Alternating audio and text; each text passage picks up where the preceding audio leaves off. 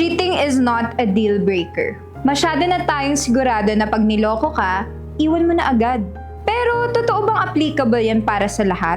Kasi kung ganun lang kasimple na iwan yung nag-cheat sa'yo, bakit ang daming nagpapatuloy at nagpapatawad kahit nasasaktan na sila? Kasi ang totoo, hindi lang cheating ang bumubuo sa isang relasyon. May mga taong pinipiling magpatawad kasi iniisip ang anak nila o yung pamilyang binuo nila. Merong cheating is a deal breaker for them, meron namang hindi. Every person, iba-iba ang tolerance ng pain when it comes to cheating.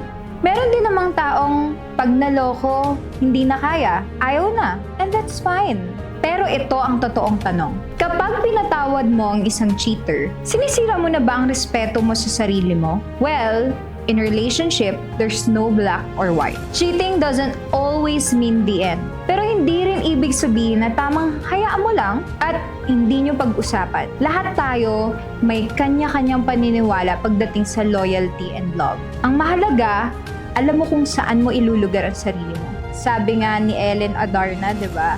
You deserve what you tolerate. Ang tanong lang naman dyan ay kung kaya mong magtiwala ulit after kalokohin.